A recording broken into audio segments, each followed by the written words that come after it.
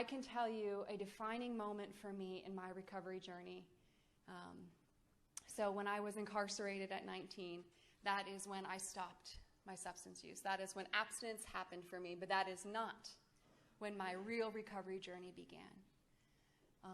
9 months into my recovery journey, I was part of a drug treatment court, and I had been put into a halfway house that my behaviors, I was a 19-year-old kid who knew better than everybody, and I ended up getting kicked out of the halfway house that I had been put into, and I was sent to a therapeutic community, a TC. I'm not sure if you're familiar with that here. It's an older treatment concept that we've tried to move very far away from, but it's behavior modification.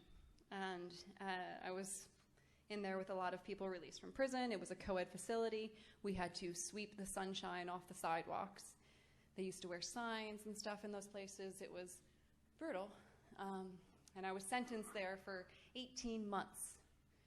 And 9 months into my whole recovery journey, it was October of 2008, I got a phone call that, because there's no communication with the outside world when you're in these facilities, I got a phone call from my drug court that my mother had been moved into hospice. And they were not sure how long that she was going to live.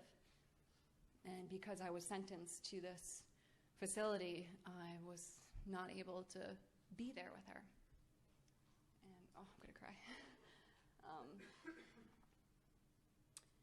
And there's no other moment in my entire addiction story, my recovery journey, that was more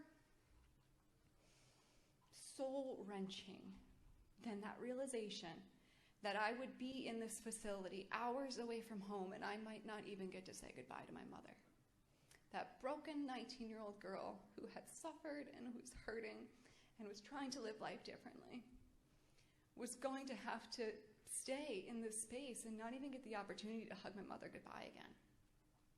And it shattered me in a way to my core that I wouldn't wish on anyone and shouldn't be the catalyst for change that helps people. But that drug court judge did something for me. He did something that was unprecedented at the time. He decided to let me leave that facility on the weekends for that month and go home and see my mom. So with just one act of compassion that he had the power and the authority to do, that he had no precedence of others doing, he had no pressure to do, he just decided to do because he looked at me and saw the person that I really was underneath the disease and the symptoms of the disease, and he was compassionate. And that compassion afforded me the opportunity to go home and see my mom and make amends to her, although she told me I never needed to, but I still did it because I needed to. And for her to tell me that she loved me and that she believed in me and that I could do anything in this life. And I got to be there with my mother and hold her hand as she passed away in our living room with our family surrounded. And that changed the entire course of my life because I told my mother that day that I was going to live the life that she wasn't able to live anymore. Here I was, this hurting human who had tried to take my own life and was still alive. And this woman who had probably never done a thing wrong in her life was full of love and compassion, was being taken too soon. And I made a deal with her that I would live the life that I knew she wanted for me. And in those early years of my recovery, I experienced more trauma. I experienced hardship. I experienced a lot of growing pains.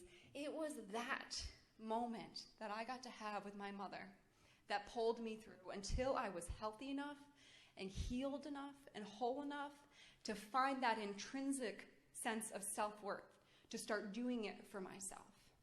If it wasn't for that one hand in that moment, I might not be who I am today. I might not still be alive today. I might not have been able to be rooted in my recovery the way I was because of that one act of compassion that didn't need to happen.